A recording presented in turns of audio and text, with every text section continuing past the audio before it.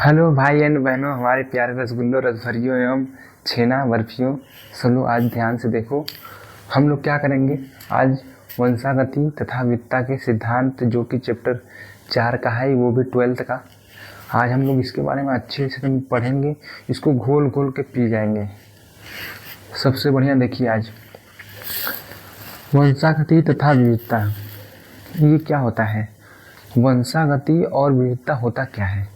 अब देखिए, वंशागति और विविधता, इन दोनों का अध्ययन हम लोग किसके अंदर करते हैं? आनुवांशिकी के अंदर। इन दोनों का अध्ययन हम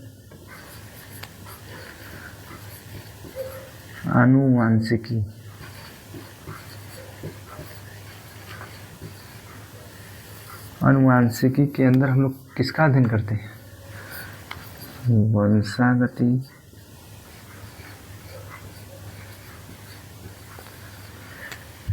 तथा विविधता।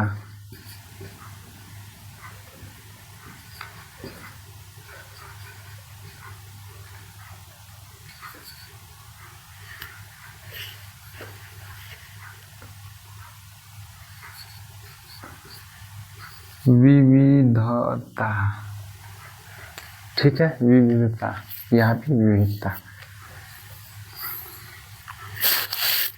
ये वंशागति।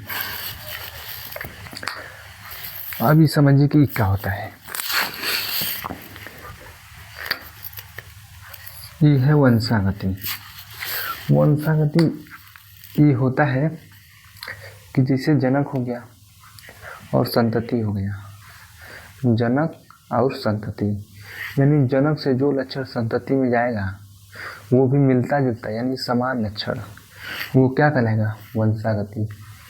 जो भी पिता में लक्षण रहेगा, जो पुत्र में लक्षण रहेगा, दोनों का समान होना वंशागति कहलाएगा। यानी जनक से जो लक्षण पुत्र में जा रहा है वो वंशागति कहलाएगा। वो भी समान लक्षण होना चाहिए, ठीक है। यानी इसका मतलब क्या हुआ?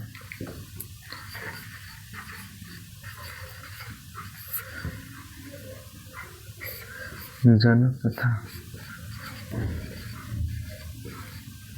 संतति के लक्षण में समानता,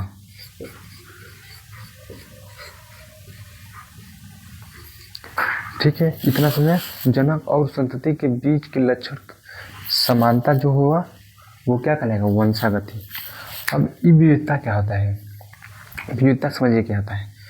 जो लक्षण जनक का और संतति का, यानी पिता का और बेटा का, जो लक्षण अलग अलग रहेंगे, वो विभिन्नता उसमें रहेगी, उसी को हम विविधता कहते हैं। बात समझ में आई? यानी पिता में जो लक्षण है और पुत्र में जो लक्षण है, कुछ न कुछ तो अलग होगा। जो अलग होगा, जो भिन्न होगा, पिता से लक्षण जो बेटा में नहीं, अलग अलग रहेगा, वो क्या हो गया? विविधता हो जाएगा। यानी जो पिता में लक्षण है वो बेटा में लक्षण अलग हो जाए, वो विविधता कहलाएगा।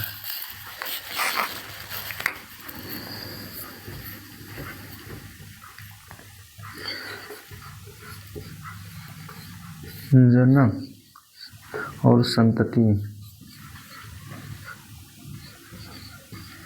संतति के लक्षण में असमानता,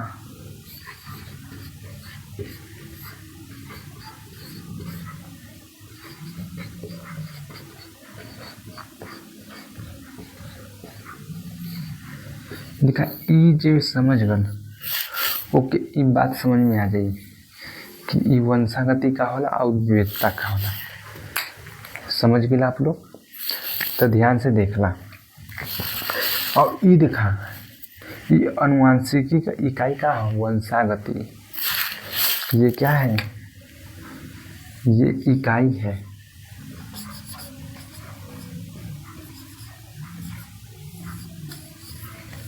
वो कौन है?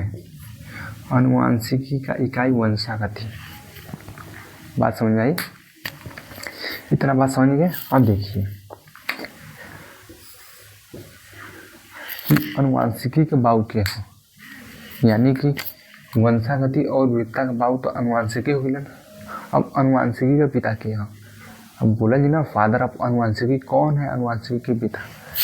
तो हम लोग किसका नाम लेंगे, ग्रेगर जॉन मेंडल का। ग्रेगर जॉन मेंडल, अरे वो मेंडल चच्चा, इस सबका चच्चा यानी बाहुमन के ग्रेगर जॉन मेंडल, यानी अनुवांशिकी के पिता ग्रेगर जॉन मेंडल। ये अनुवांशिकी शब्द का नाम के दिलर भैया, ये नाम दिलर बेटसन।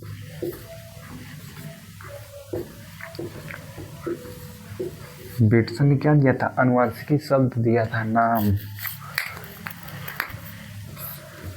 शब्द किसने दिया था, बेटसन ने, वो भी कब 1905 में भैया, 1905 में नाम दिलन बेटसन अनुवांशिकी। बात समझ में आ गई, इतना समझ गया लोगन।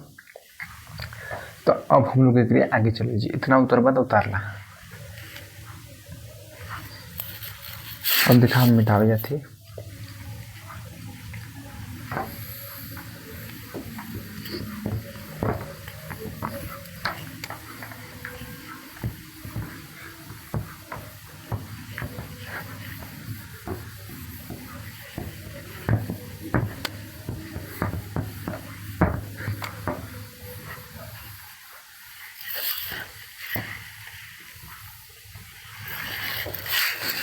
अब देखा तू लोग के बुक एनसीईआरटी में लिखल हुई कि लगभग 8,000 से 1,000 ईसा पूर्व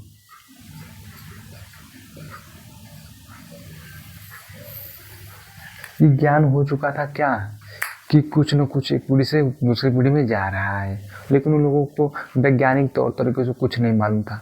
इसी का उन्होंने उपयोग करके क्या साहिवाल गाय बनाया, जो कि पंजाब की फेमस साहिवाल गाय है। इससे क्या अधिक दूध उत्पादन होता है, जिसमें अधिक प्रोटीन मिलता है, विटामिन मिलता है, क्या यानी लोगों में प्रचलित था, क्या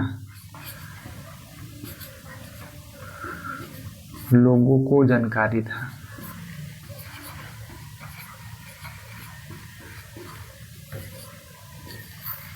ये एनसीईआरटी की पहला बुक पर दिया हुआ है, पहला पेज पर दिया हुआ है। तो इसके बारे में समझ गए, यानी क्या इसका उपयोग करके किसका, अनुवांशिकी जो अब उनको जानकारी थी कुछ न कुछ जा रही है, उसका फायदा उठाया उन्होंने।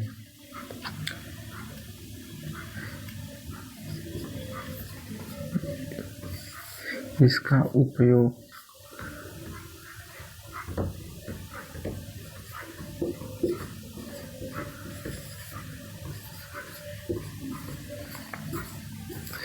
करके उन्होंने क्या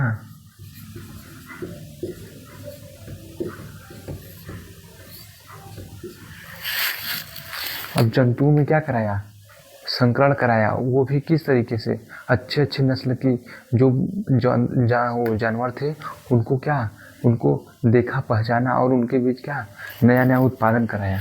उससे उसमें बहुत फेमस क्या है,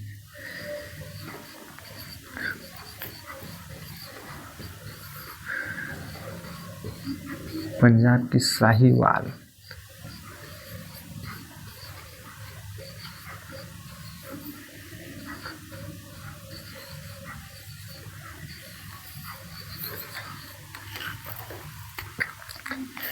इतना बात समझ ला। अब हम लोग एकरे बाद का कहाँ चल जी, एनसीईआरटी के दूसरा बुक पे चल जी, कहाँ दूसरा पेज पे चल जी, सॉरी गलती हो जाता, दूसरा पेज पे चल जी। अब वहाँ पर का दिया गया कि मेंडल के बारे में, यानी मेंडलवाद दिया गया। तो अब हम लोग एकरे बाद का पढ़ जी भैया,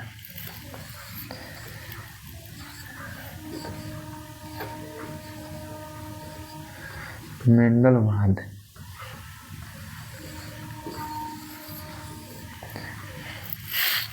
तो इतना आप लोग समझ गिला एकदम अच्छी तरीके से, मन तो कोनो दिक्कत होए के ना चाहिए। और कुछ हम हेडिंग बता देती है, आप लोग समझ लें बात के। देखा, अब अनुवांशिकी आप लोग जान गए।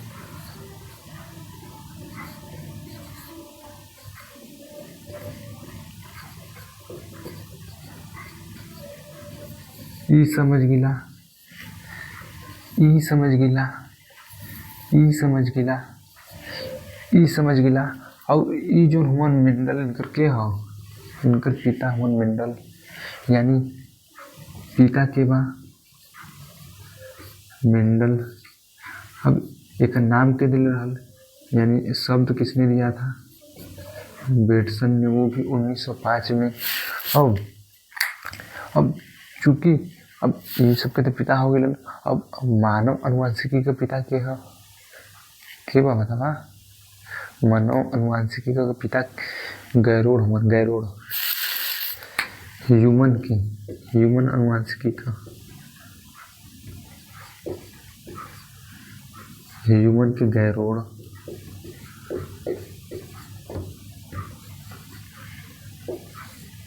और प्रायोगिक अनुवांशिकी के जनक के टी.एच. मॉर्गन।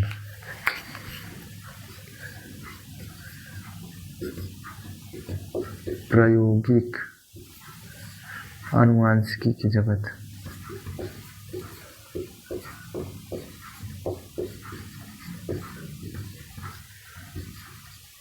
के जनक कौन है? T H. Morgan, T H. Morgan, Morgan यानी Thomas Hunt Morgan. Thomas Hunt Morgan भैया के हाँ प्रायोगिक अनुवांशिकी के जनक। और ह्यूमन अनुवांशिकी के जनक के भैया गैरोड। ये का पे लगन, मानवीय रोग का पता के लगन, फिनाइल कीटोन्यूरिया, समझला? यही से इनके का इतना बात तब समझ गिला। अगर जो न समझ में आल हो, ध्यान से देख ला। अब हम देखा आगे बढ़ते।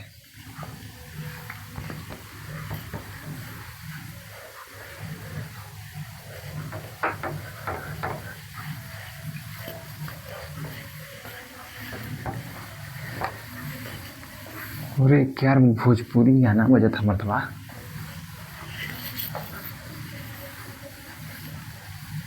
ये होली के समय चला तो सब गाना बजावत हो यार, गाना सुना था।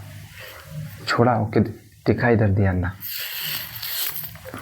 अब देखा ये क्या करे के हम लोग भैया, ये करे पहले तो सबको जानेंगे ठीक है। अब मेंडलवाद के बारे में जाना जा, जो उनके एनसीईआरटी के दूसरा पेज पर दिले बा।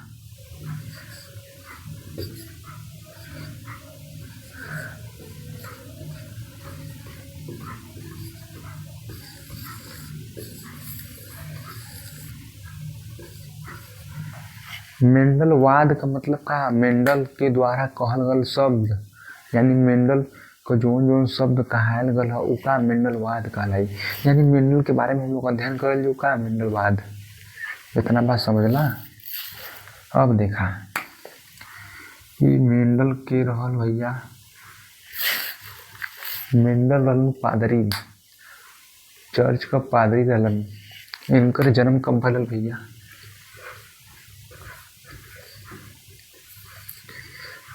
जन्म भयल 1822 ईस्वी में। इनकर मृत्यु कब भल?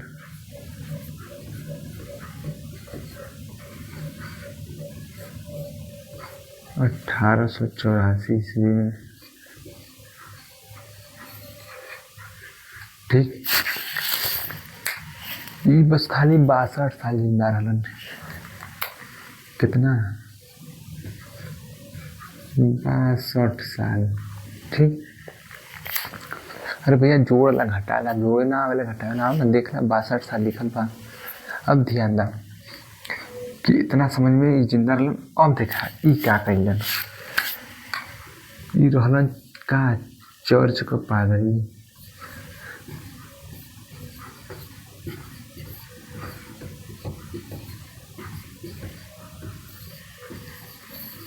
ये चर्च के पादरी थे, एक खे चर्च रहल, ओकरे अगल बगल बगीचा रहल और वही में ही पादरी रहलन। बात समझा?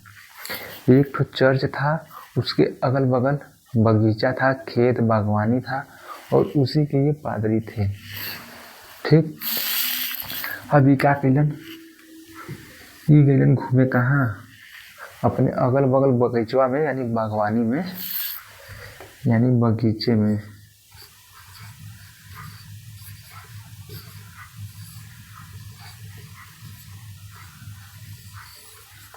बगीचे में के घूमने गए, घूमे गए भैया। तुम लोग वो तो घूमते हो, झूठ बोलिया मत। देखा घूमे गिलन, अभी कहाँ देख लो वहां पर, ये देख रहे हो पाइसम सटाइवम और पाइसम सटाइवम, पाइसम सटाइवम यानी मटर का पौधा देखलन। मटर के पौधा के हम लोग पाइसम सटाइवम बोले। ये का देखे,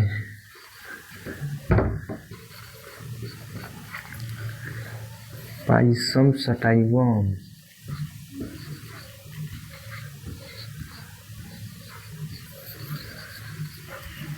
ठीक, पाइसम सटाइवम यानी मटर का पौधा।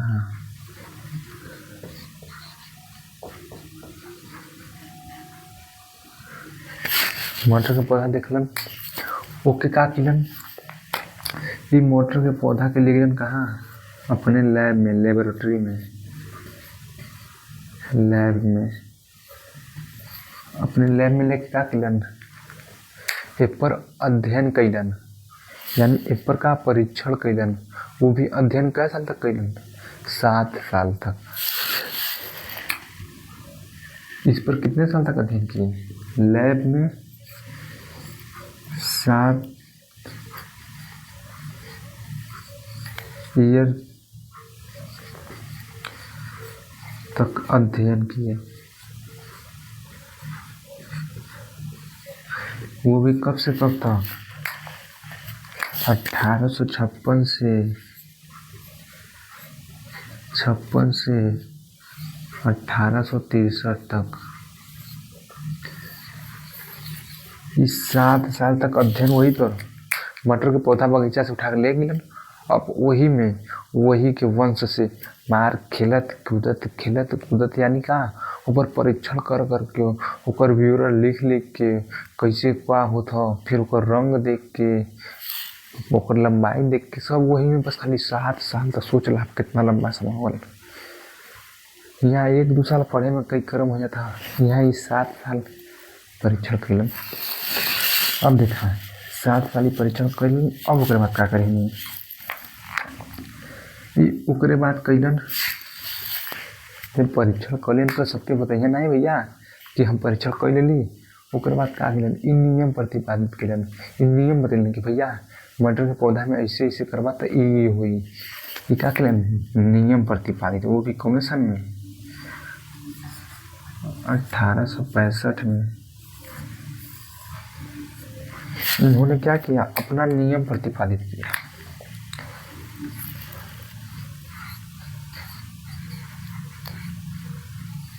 नियम प्रतिपादित,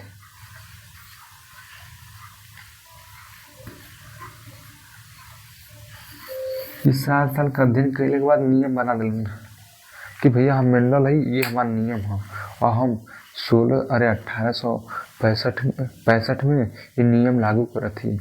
ये 1865 में का नियम प्रतिपादित किए।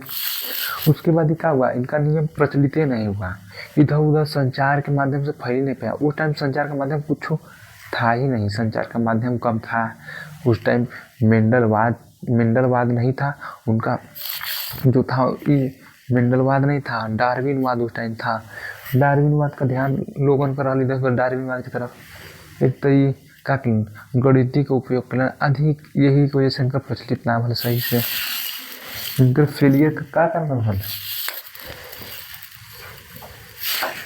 यानी प्रचलित न होने का कारण क्या था, इन्होंने गणित यूज किया था। बायो में गणित यूज करवा तो जल्दी कोई पढ़ी के ध्यान दे नहीं ना। यानी पहला कारण क्या था, असफल होने का उनका क्या नियम, असफल होने का कारण क्या था?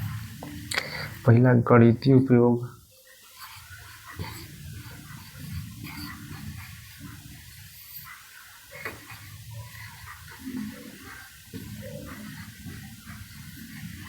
दूसरा कारण कि डार्विन था उस टाइम,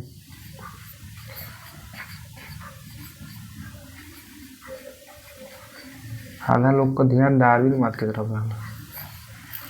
और तीसरा का संचार का माध्यम कम था।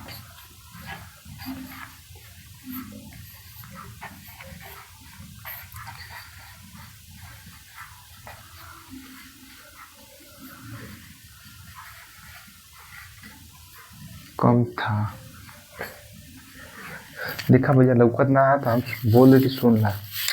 पहला उन्होंने गणितीय उपयोग किया था, दूसरा डार्विनवाद था, तीसरा संचार का माध्यम बहुत कम था, लगभग ना के बराबर। इतना हो गया, इसलिए इनका क्या नियम बहुत ज़्यादा प्रचलित नहीं हुआ। और ये अब भाई इन्होंने मटर का पौधा यूज किया था, इसमें क्या बहुत से लक्षण रूप प्रारूपी लक्षण दिखे जाते हैं, जीनी लक्षण दिखे जाते हैं, इसलिए ये सफल भी रहे, इसका ऐसा मतलब नहीं है। ठीक है, तो ये क्या इनका इतना समझ में आ गया जिनको, तो हम इसके आगे बढ़े अब। ठीक है, इतना सबको समझ में आ जाना चाहिए क्योंकि हमने इतना अच्छा से इसको समझाया है। अब आप लोग ध्यान दीजिए थोड़ा, हो गया। अब देखिए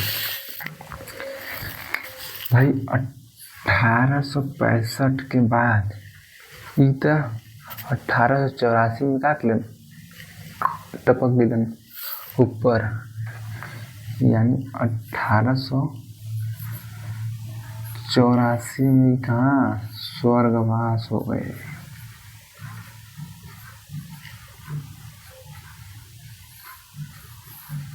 स्वर्ग चल गईलन भैया, चल गईलन का मेंडल। अब भैया मेंडल मर गया तो हम लोग काहे उनके बारे में पढ़त है यार, जी मर गल ओकरे बारे में हम लोग के पढ़ावत ध्यान तनी। अब देखा इतना बात समझ में आ गल तो मैं बनाला 360 डिग्री माइंड में बनाला एकदम तगड़ा। अब देखा हम लोग मिटा जाती,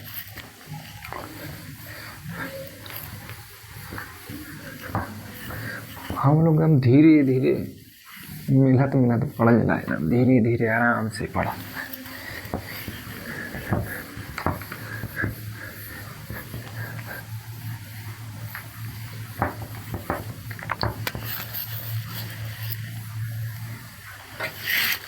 अब देखा भैया मेंडलवाद हम लोग पढ़ ले ली, हम लोग 1884 तक पढ़ ले ली।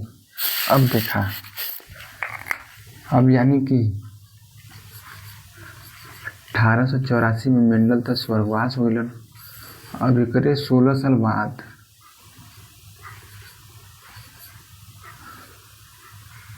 16 साल बाद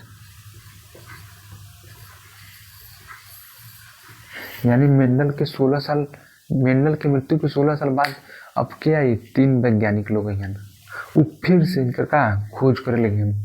ये मेंडल जो खोज किया उन्हीं को का फिर से रिसर्च करे लगला, रिसर्च माने खोज, रिसर्च करे लगला। कौन कौन वैज्ञानिक? 3 वैज्ञानिक।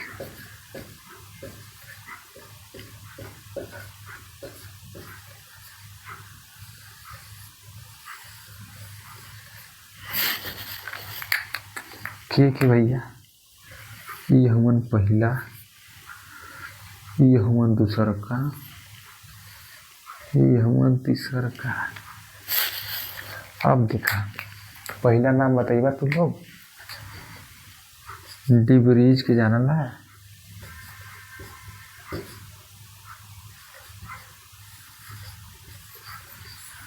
डी ब्रिज यानी पुल सेलन, वो कौन डी वाले पुल सेलन भारत डी ब्रिज। ओकरे बाद कोरेंस,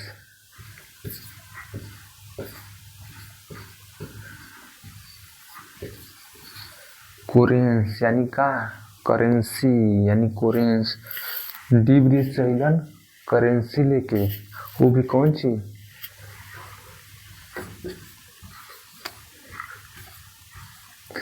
शेरमार्क। कहाँ पर अइलन, शेरमार्क। यानी डी ब्रिज यानी डी पुल से लेके, ब्रिज में क्या होता है, पुल। डी ब्रिज करेंसी लेके अइलन उस शेरमार्क वाले जगह पर जहाँ शेर ढेर से रहलन, शेरमार्क, शेरमार्क। बात समझा। अब देखा ये तीन वैज्ञानिक आ गए, ये तीन वैज्ञानिक आ गए फिर से पुनः खोज किए, यानी किसका, मेंडल का।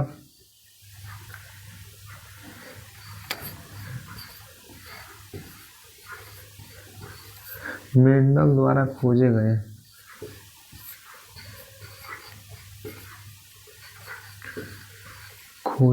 नियमों या फिर मेंडल के नियमों का पुनः इन्होंने क्या अध्ययन किया।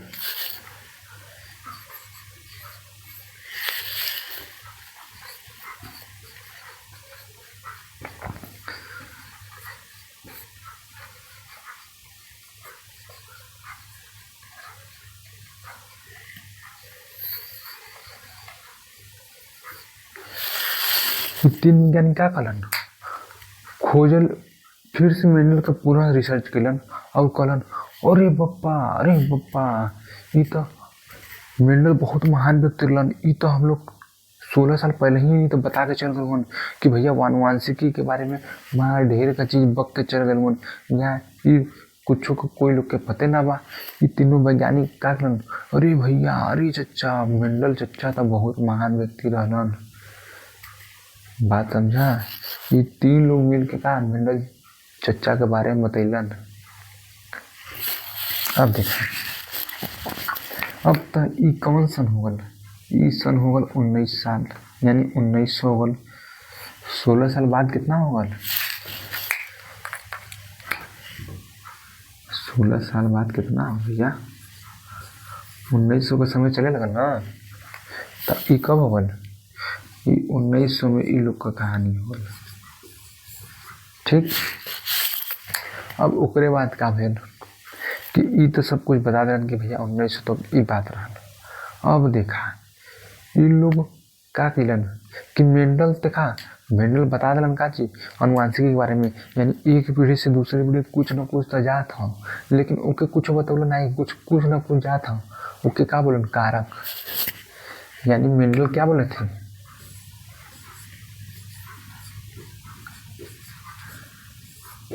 कारक बोले थे। कौन, मेंडल।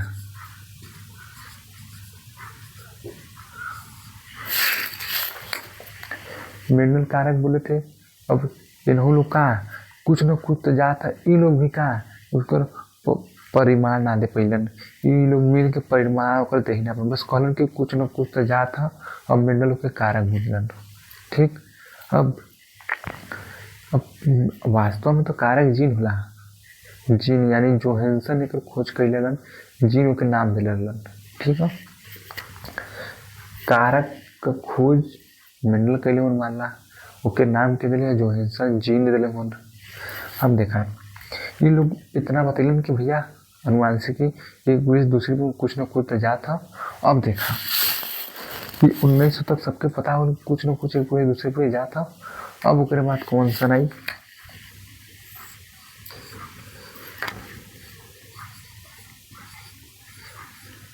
1902 आई। 1902 में दो लोग वैज्ञानिक हैं,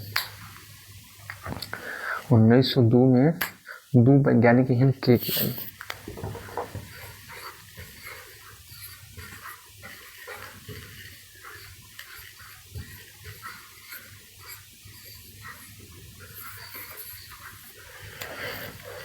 अब दो वैज्ञानिक कौन कौन आएगा, अब दो वैज्ञानिक आएंगे। पहला तो है सटन, दूसरा बॉवेरी,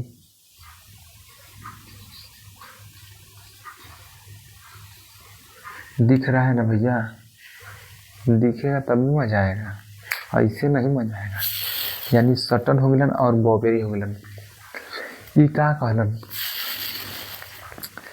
ई कहलन कि भैया ई रासायनिक ना जात हो, यानी कारक यानी जीन ना जाते एक में से दूसरे में, जीन तो बैठ के जाता हो कौन सी पर, गुणसूत्र पर। यानी क्या, ये गुणसूत्रीय सिद्धांत दिलन के सटन और बोबेरी ने। यानी क्या दिए ये दोनों लोग मिल के क्या कहलन, गुणसूत्रीय सिद्धांत दिलन।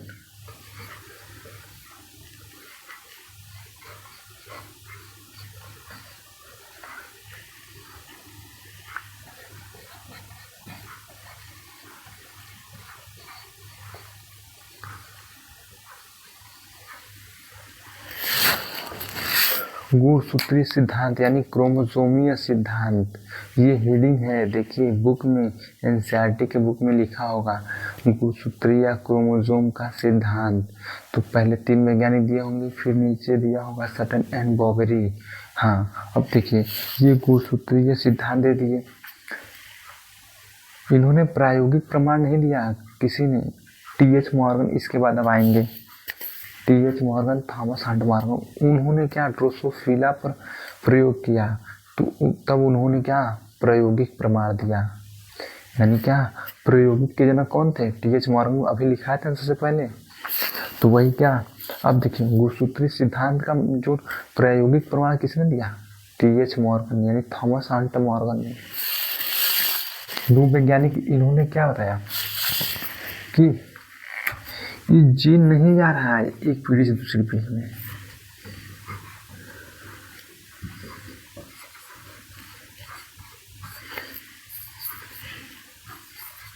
ये जीन एक पीढ़ी से दूसरी पीढ़ी में नहीं जा रहा है, जीन तब बैठ के जा रहा है कौन सी पर, गुणसूत्र पर।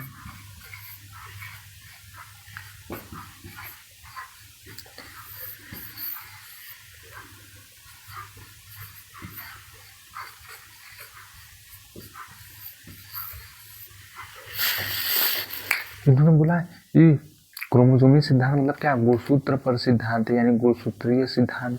ये क्या कहलन कि अरे मेंडल चर्चा तक कहलन कि जीन एक पीढ़ी से जाता, रसायन कुछ न कुछ जाता, लेकिन ये क्या कहलन, कहलन रसायन ना जाता हो, रसायन तो कुछ में बैठ के जाता हो। यानी जैसे स्कूल देखा बच्चा लोग बस में जालन तो बच्चा ना जाता हो, बच्चा बैठ के जाता हो कौन सी गुणसूत्र पर, यानी बस में बैठ के स्कूल जाता हो। यानी एक पीढ़ी से दूसरी पीढ़ी, घर से कहाँ था स्कूल, यानी कि जनक से बच्चा में, और बैठ के जाता, बस कहाँ होगा गुणसूत्र, और मन बैठा बच्चा कहाँ होगा जीन। बात समझ में आ गई कि यही है वो भैया क्रोमोसोम यानी गुणसूत्र, गुणसूत्र पर कौन से हुआ जीन। अरे भैया पढ़े ना हुआ, केंद्रक का न्यूक्लियस होगा, अब न्यूक्लियस में क्या होला, गुणसूत्र होला।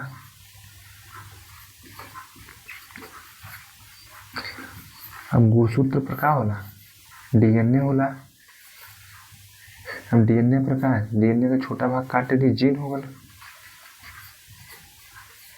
तो वही गुणसूत्र एक पीढ़ी दूसरी पीढ़ी में जाता, अब उमन बैठ के का जाता जीन।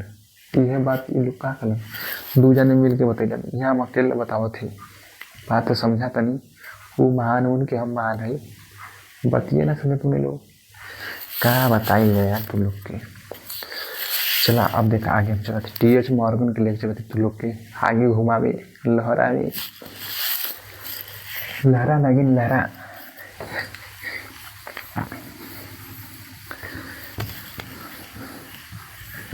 लहरा नागिन लहरा, गाना एक तो याद है यार, लहरा के बल खा के आग लगा के दिलों को जला के करूँ मैं इशारा, सरारा सरारा। छोड़ा इधर देखा, बहुत सरारा तो लोग करत हुआ भैया। अब देखा क्या आई गुणसूत्री सिद्धांत, 2 लोग सटन बॉबरी दे दिलन, यानी कहा कॉटन बॉवेरी, ये दोनों लोग मिलकर कहा 1902 तक, 1902 के बाद ये लोग आए लंदन। और कहलन कि भैया गुणसूत्र पर बैठ के जीन एक पीढ़ी दूसरी पीढ़ी जा था। अब एक प्रायोगिक प्रमाण के लिए टी.एच. मॉर्गन, ये लोग तो बता दिए।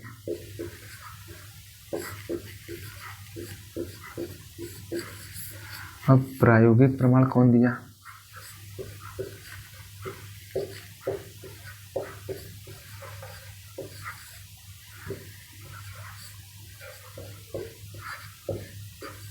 यानी गुणसूत्र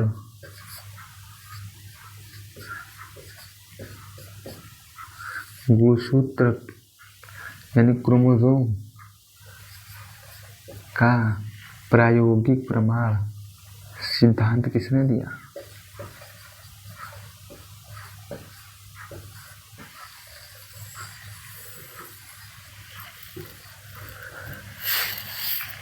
TH. Morgan, Thomas Hunt Morgan.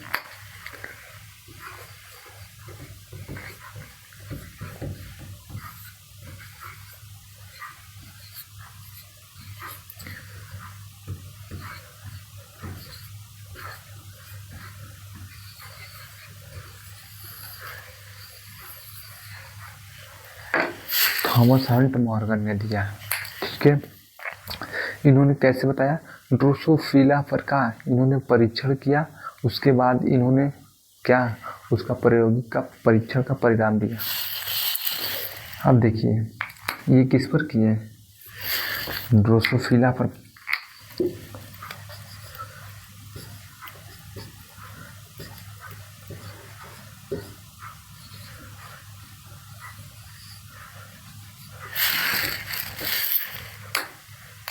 फल मक्खी,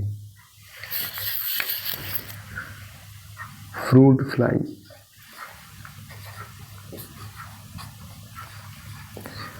फल मक्खी भी इसे बोलते हैं भैया।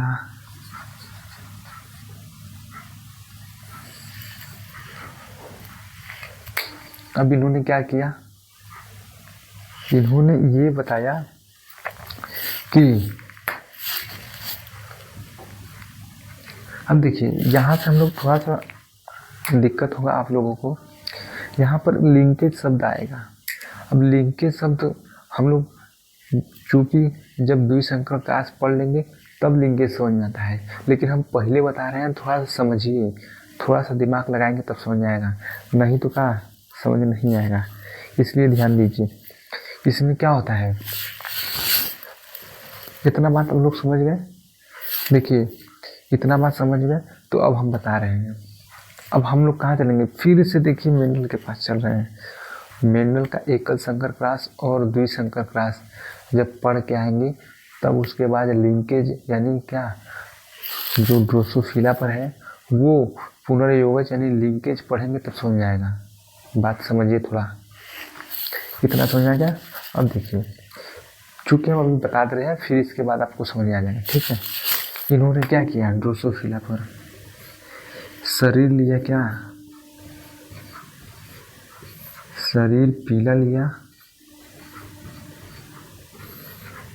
और आंखें कैसी ली?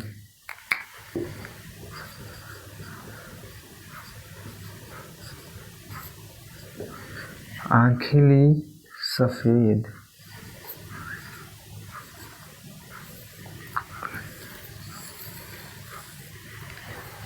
ये तो किसका प्रभावी का लक्षण था?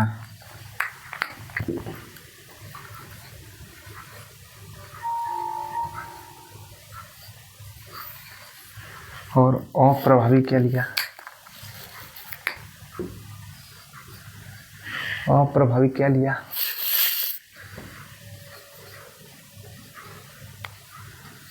शरीर तो ले लिया कैसा? भूरा।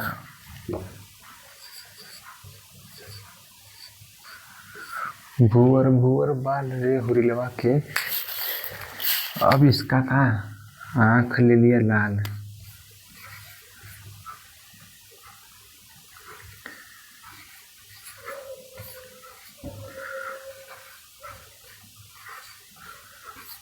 यहाँ भूअर बोर बाल होरिला कर यहाँ देखा भूअर बोर शरीर हुआ केकर ड्रोसोफिला मक्खी का और कैसन लाल आँख ये दोनों कैसन लक्षण हो ये अप्रभावी हो।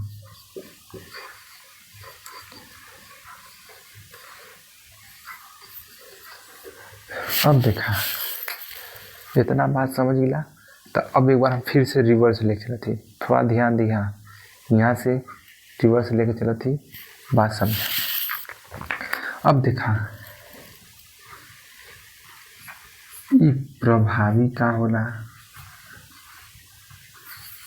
कुछ हेडिंग के बारे में बताई थोड़ा समझे जैया बात के। अप्रभावी का होला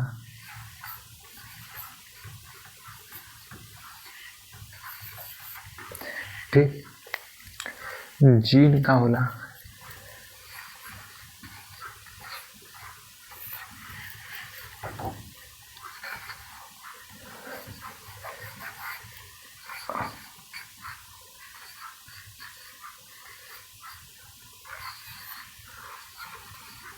अलील का होला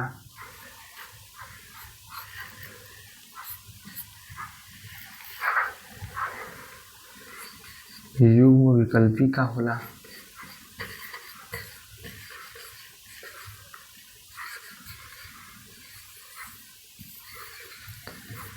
बहुयुग्म विकल्पी का होला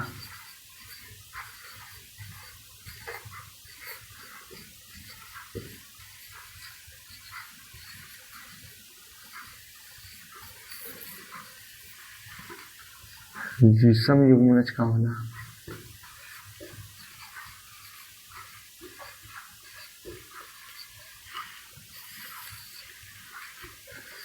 समयुग्मनज का होला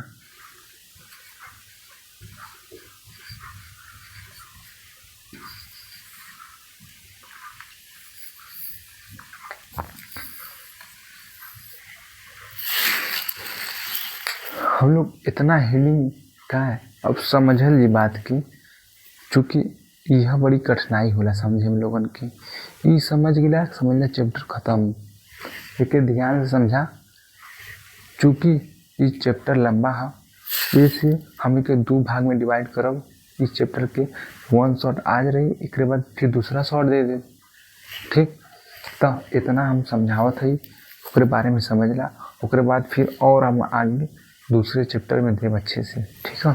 तो इतना समझे बदे हम लोग का फिर से मेंडल का नियम पर चलल जी वो उनका संकरण करावे ठीक है तब बात के समझा इतना नोट कर ला नोट करवाता या तो स्क्रीन शॉट ले ला भैया बात समझ आ गई तब देखा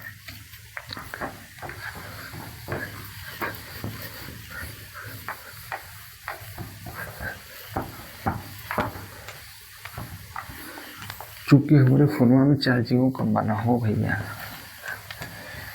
बात के समझा तनी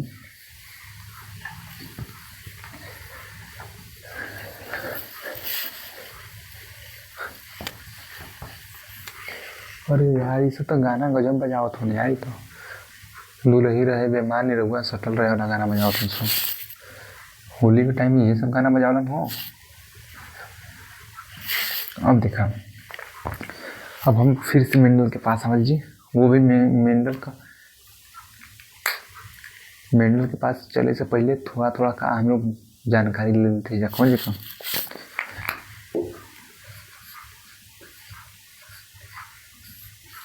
जीन का जीन शब्द किसने दिया था जोहानसन ने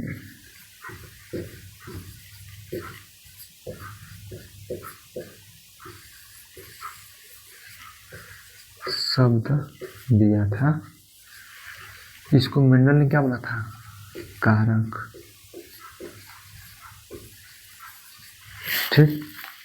अब जीन क्या होता है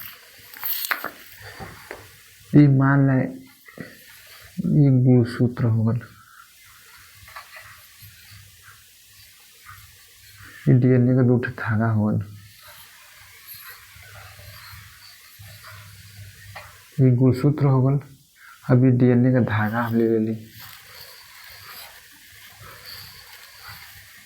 और ये हम डीएनए के थोड़ा सा भाग काट ले ली, यानी का एक के धागा ले ली डीएनए का, और डीएनए के जो थोड़ा सा भाग काट ले उ का होगल जीन होगल, यानी ई का होगल जीन होगल।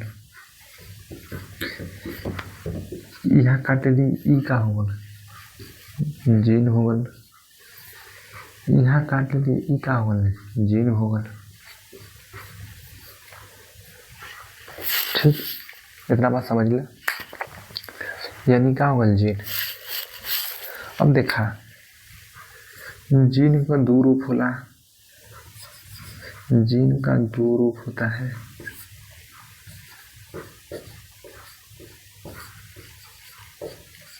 कितना रूप? दो रूप। और दोनों रूप को हम क्या बोलते हैं? युग्म विकल्पी, यानी प्रत्येक एक युग्म विकल्पी को हम क्या अलील बोलेंगे, यानी क्या? अरे दो रूप होते हैं, एक अलील हो गया, एक अलील हो गया,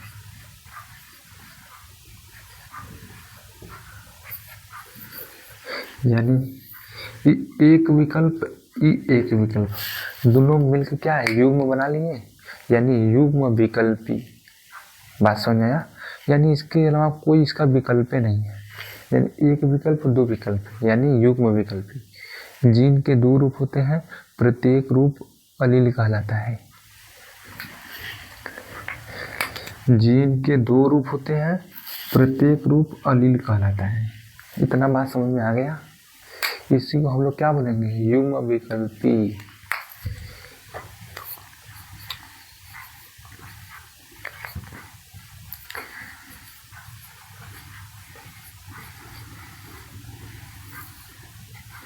अब यही दोनों युग्म विकल्पी मिल क्या करते हैं?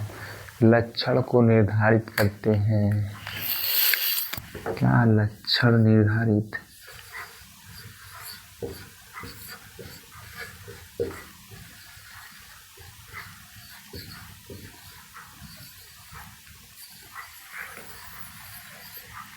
यानी एक जीन के दो रूप होते हैं। एक जगह हम लोग पढ़ल जी कि एक जीन के तीन रूप भी होला, लेकिन अभी हम लोग क्या जानल जी? एक जीन के दो रूप होते हैं और दोनों अलग अलग रूप जीन कहलाते हैं। अब देखिए, समजात गुणसूत्रों पर स्थित समान जीन एक अप्रभावी होता है, एक प्रभावी होता है। समजात गुणसूत्रों पर स्थित समान जीन क्या होता है? एक अप्रभावी एक प्रभावी होता है। यानी ई एक होगल, ई एक होगल, ई का होगल? ई होगल टी, ई होगल टी, ई दू ठे का होगल? इस समजात गुणसूत्र पर स्थित हुआ। अगर कहीं ई दोनों टी और टी हुवन तो का हो जी? समयुग्म हो जी। और ई स्मॉल टी हुवन, इहो स्मॉल टी हो, तब वो क्या रहे? समयुग्म जी। दोनों अगर सेम रही, यानी समान रही, बराबर रही, तब उस समयुग्म जी। और जैसा ही एक कैपिटल एक के स्मॉल हुई, एक के छोटा एक के बड़ा, वो भी समयुग्म जी हो जी। बात समझ ला? यानी ई का होगल? ई भी समयुग्म जी, ई समयुग्म जी, ई भी समयुग्म जी। बड़ा हिचकिया होता है यार, कोई याद करता का? यानी ई का भी समयुग्म जी,